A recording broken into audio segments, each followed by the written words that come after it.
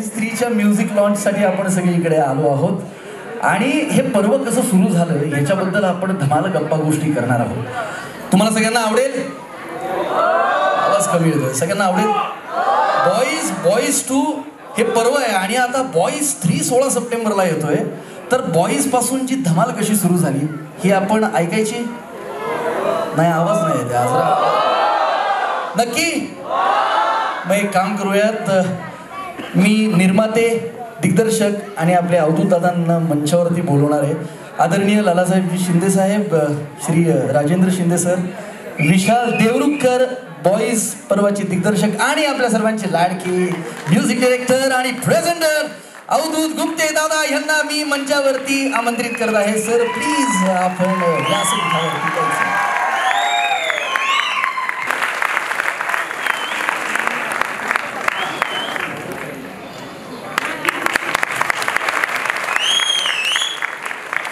अवधूत दादा खूप खूप शुभेच्छा. सगळ्या निर्मात्यांना खूप खूप शुभेच्छा. विशाल बॉईज 2, बॉईज 3 आणि बॉईज सुरूच राहणार आहे.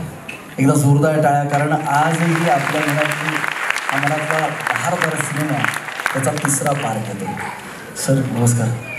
पहिला प्रश्न धाडस करतोय अवधूतदादांसमोर, तुमच्यासमोर. सर निर्माते आहेत आपल्यासमोर राजेंद्र शिंदेजी, आदरणीय लालासाहेब शिंदेजी, दिग्दर्शक विशाल देवरुखकर. सर नेमकं बॉईज ही कशी सुरुवात झाली, म्हणजे सुरुवातीपासून कसं, म्हणजे काय कसं सुचलं? बॉईज हे जे तीन मुलं आहेत, डुंग्या देणे आहे, हे स्वतः मी हे लहानपणापासून मी जगत आलो होतो आणि मी अवधूताचा असिस्टंट होतो. अवधूतने जेवढे पण फिल्म केलं त्याचं मी असिस्टंट होतो. आणि जेव्हा मला वाटलं, पहिली कल्पना आली की मी दिग्दर्शन करावं, ही संकल्पना घेऊन मी पहिल्यांदा अवधूताकडे गेलो होतो आणि त्यांनी सांगितलं की त्यांनी संकल्पना ऐकली, त्याला प्रचंड आवडली. त्यांनी सांगितलं तू सिनेमा कर, मी तुझ्या पाठीशी उभा राहतो. आणि as a mentor, as a मोठा भाऊ त्यांनी हे कर्तव्य आत्तापर्यंत तो पाळत आला. आणि बॉईजचं जेवढं पण सिरीज आणि माझ्या आयुष्यामध्ये तो माझ्या सोबत असणारच आहे. थँक्यू सो मच अवधूत दादा.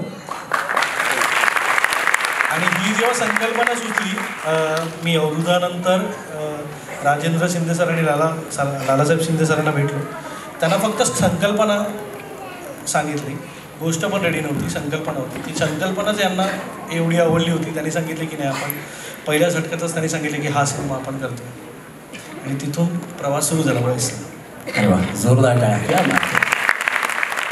आपल्या सर्वांना माहिती की जेव्हा बॉईज सिनेमा आला त्यावेळेस तो बॉक्स ऑफिसवरती हिट झाला, धमाल झाली, गाणी धमाल. सर जेव्हा विशालजी तुमच्याकडे आले, काय तुमच्या मनात, म्हणजे जेव्हा तुम्ही प्रोड्यूस केला, निर्माता ही मोठी जबाबदारी असते, जरा त्याच्याबद्दल थोडक्यात मला सांगा. विशालने ज्यावेळेस सुरुवातीला ही संकल्पना मांडली तरी ती खूप आवडली आणि ही प्रत्येक जनरेशन रिलेट करू शकतो. जर तुम्ही बॉईज बघितलं तर माझा मुलगा ज्यात त्यांनी लीड केलं आहे, मी आणि माझे वडील निर्माते, हे तिन्ही जनरेशन त्या आपापल्या एजनी त्याला रिलेट करू शकतात. तर कुठलीही फिल्म ज्यावेळेस तुम्ही रिलेट करता, तुम्ही स्वतःला त्या फिल्ममध्ये बघता, तर त्यावेळेस ते नक्की प्रेक्षकांना आवडते. वा वा, जोरदार टाळ्या. सर बॉईज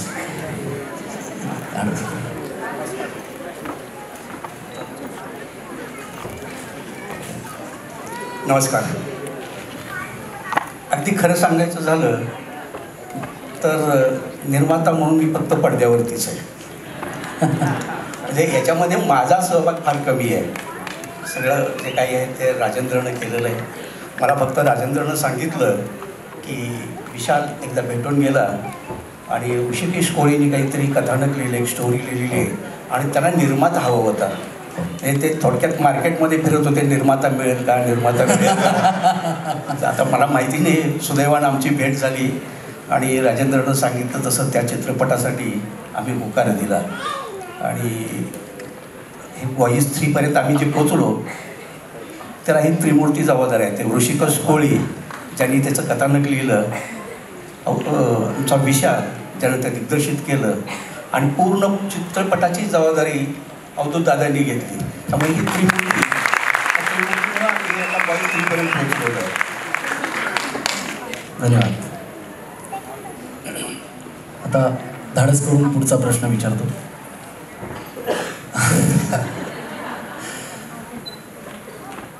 ज्यांच्या गाण्यामुळे आपण सगळे पॉझिटिव्ह एनर्जी मिळते, मला तरी वाटतं सगळ्यांना मिळते, ते आपल्या अवधूत दादांसाठी एकदा जोरदार टाळ्या झाला. बॉईज हा विचार आहे आणि अवधूत दादा जिथे असतील तिथे जे नवीन कलावंत येतात ते मोठे होतात, कारण अवधूत दादांचा आशीर्वाद सगळ्यांसोबत असतो. जसं विशाल दादांबरोबर आहेत, अनेक गायक कलावंतांबरोबर आहेत. बॉईजमध्ये, पहिल्या बॉईजमध्ये बहारदार अशी गाणी होती. लग्नाळूनी तर म्हणजे रेकॉर्ड ब्रेक केले. चक्क मला आनंद वाटतो अवधूत दादा, तुमची जी संकल्पना होती की रेखाजींना तुम्ही एक ती भेट देण्यासाठी कुठे कुठे जायचं हनीमूनला, आणि सनी लिओनीला तुम्ही त्या गाण्यात तुम्ही सगळ्यांनी आहोत. सुंदर सुंदर विजय प्रकाश सारखे मोठे गायक कलावंत तुम्ही मराठीत तुम्ही त्यांच्याकडून गाऊन घेतला. आणि संगीत म्हणजे जर धमाल.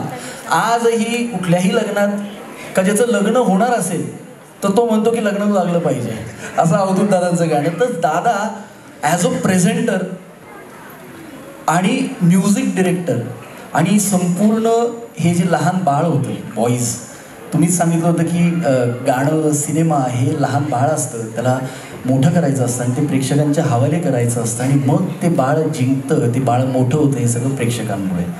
तर दादा ही सगळी जेव्हा संकल्पना तुमच्यासमोर आली ॲज अ प्रेझेंटर, मोठी जबाबदारी आणि ह्या गाण्याचं ॲज अ म्युझिक डिरेक्टर, तर जरा किस्सा ऐकायचा आम्हाला कसं. सर्वप्रथम जमलेल्या सर्वांना मानाचा मुजरा नमस्कार.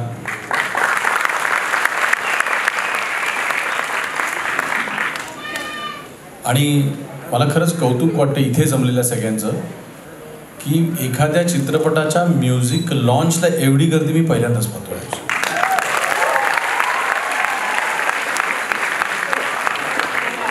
आणि हे श्रेय मुख्यत्वे जातं ते म्हणजे शिंदे साहेबांना. दोन्ही शिंदे जे माझ्या बाजूला बसले, ज्युनियर आणि सिनियर, त्यांच्यावरचं हे प्रेम असणार, त्याखेरीज इतकी लोक येणार नाही. दिग्विजयच्या प्रश्नाकडे येताना मला खरं सांगायचं तर प्रत्येकजण आपलं एक नशीब घेऊन आलेला असतो. प्रत्येक गायक, संगीतकार, दिग्दर्शक, आणि त्याच्या जर्नीमध्ये ज्यावेळेला आपण आपला म्हणजे तो ताजमहाल त्याचा स्वतःचा बनवायचा असतो, त्याच्यामध्ये आपली एक वीट जर का असली तर एक चांगली गोष्ट असते की ती फाउंडेशनला जर का ती वीट असेल तर त्याने किती वरचं परत रिकन्स्ट्रक्ट केलं ना तरी खालची वीट बदलणार नाही. त्यामुळे त्याचा आनंद असतो. आज बाकीत आपण इथे सगळे बघणार आहोत की काय काय, पण एक त्यावेळेला आम्ही बॉईज 1चं जे प्रमोशनल सॉन्ग केलं होतं त्याचा एक गायक, नवीन असा मुलगा जो होता, तो आज एक अतिशय चांगला निष्णात निवेदक म्हणून माझ्यासमोर बसला आहे. ही देखील माझ्यासाठी छान गोष्ट आहे. ह्याचा ताजमहाल बघताना, आता तो नाही म्हणत आहे मी,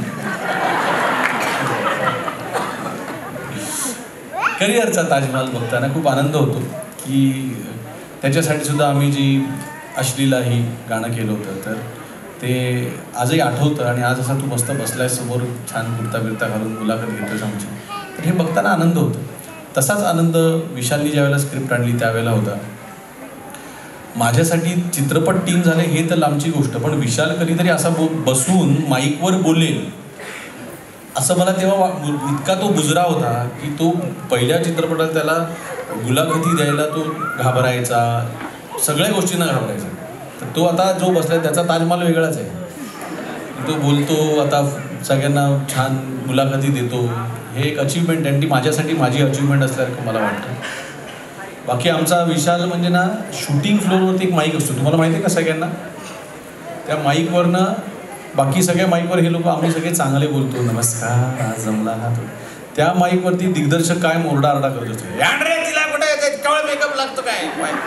तर तो ओरडायला विशालचा आवाज एकदम खणखणीत असायचा, पण इंटरव्ह्यू द्यायला मात्र कायम बंद होता. आज मला ते छान वाटतंय बघून की तो इंटरव्ह्यू वगैरे पण देतो.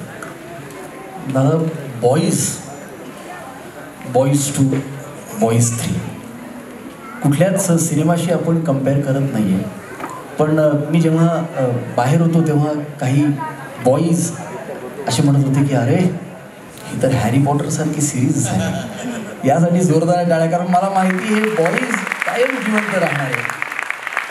आणि आज आपण बॉईजपासून सुरुवात करतो, म्हणजे बॉईज 2 कसं आलो. दादा मला एक छोटीशी धमाल ऐकायची आहे की जेव्हा ह्या गाण्याचं लग्नाळू, म्हणजे तुम्ही एका इंटरव्ह्यूत सांगितलं होतं आणि आम्हाला सगळ्यांना सांगितलं होतं की लग्नाळूमध्ये अनेक ळ आहेत. बरं, आनंदाची गोष्ट अशी की अवधूत दादांनी ते लिहिलं पण आहे, त्यांचं संगीतही दिलं. तर दादा या लग्नाळूच्या बद्दल ते ळ जे आहे ते सगळ्यांना किस्सा ऐकायचा थोडक्यात. किस्सा असा नाही आहे, पण मी लहानपणी अनेक कार्यक्रम बघायचो आणि त्यावेळेला निवेदक ज्यावेळेला सांगायचा की घन निळा लढीवाळा झुलव नको हिंडोळा, झुलव नको हिंडोळा, या गाण्यामध्ये किती ळ आहेत मजा, असं मग मला खूप कौतुक वाटायचं. त्यामुळे ते अर्थात ते त्यांच्या पायाच्या चपलेवरच्या धुळीची सर आम्हाला येऊ शकत नाही, ही गोष्ट खरी. पण ते कुठेतरी होतं की अरे ळ हे अध्यक्षर आपल्याकडे म्हणजे फक्त मराठीतच आहे आणि मग ह्याचा वापर करून काहीतरी गाणं झालं पाहिजे. मग ते कुठेतरी आतमध्ये होतं आणि म्हणून बॉईजच्या बरेच वर्ष आधी मी हे गाणं बनवलं होतं. आणि ह्या शाण्याच्या ह्या काय आमचं बाहेर स्क्रिप्टिंग वेगळं, रेकॉर्डिंग स्टुडिओ वेगळा होता.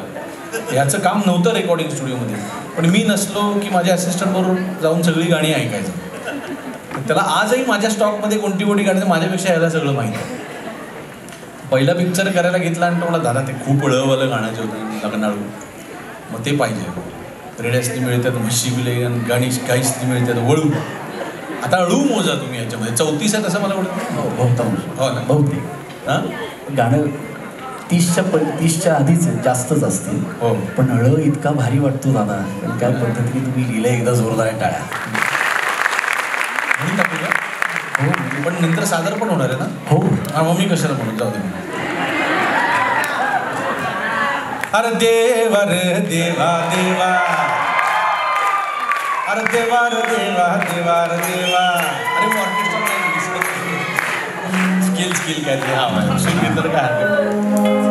अरे देवा रे देवा देवा, अरे देवा रे देवा, तुला उगाच का म्हणतात मायाळू कनवाळू, गुडघ्याला वाशिंग बांधून बसलोय आता तरी न कंटाळू. अरे रेड्यासनी म्हटल्यावर हसताय. रेड्यासनी मिळतात म्हशी बिलय गाईसनी मिळतात वळू, रेड्यासनी मिळतात म्हशी बिलय गाईसनी मिळतात वळू. मग आमच्या कपाळी पायाला आम लग्नाळ, आर लग्नाळ, आर लग्नाळ, लग्नाळ. अरे देवा रे देवा देवा, अरे कोरस द्या ना थोडं. अरे देवा रे देवा देवा, अरे देवा रे देवा देवा.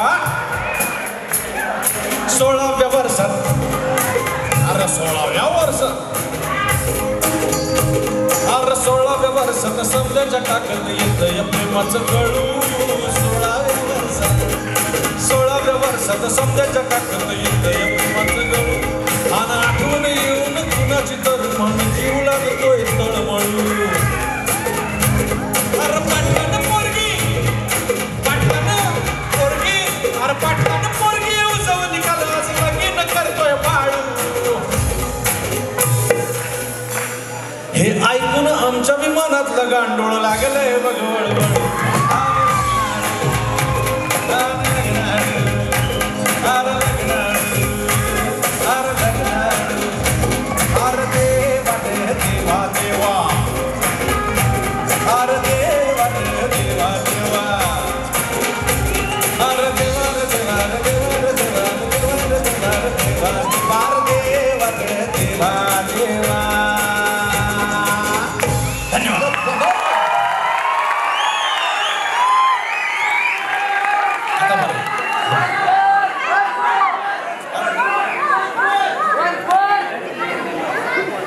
तर असं आहे का, मी ते माती खाल्ली ना. बस बस, पण so sorry, I am so sorry. एकदा जोरदार टाळ्या. ज्यांनी हे गाणं गायलंय त्यांना मी स्टेजवरती आमंत्रित करणार आहे. आळंदीकर आपल्यासोबत आहे, जिने या बॉईज सिनेमात लग्नाळू गाणं गायलं. आपल्या जोरदार टाळ्यांच्या सोबत कौस्तुभ गायकवाड. आणि कौस्तुभ इकडे दिसतच नाही मला.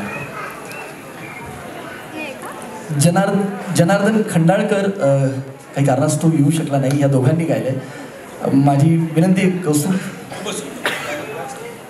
आणि दादांनाही विनंती दादा साथ द्या. आता मी कोरस देतो त्याला. सॉरी, हे असं मला ना माहीतच नव्हतं काय असं तू येणार आहे वगैरे. मी उगाच गायलं. नाही तुझी ओरिजिनल मगाशी इतकाच बरंच जोश दाखवायचा. आता माहिती असं नाही म्हणत.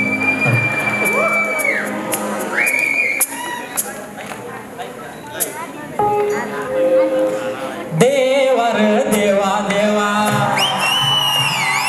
देवर देवा देवा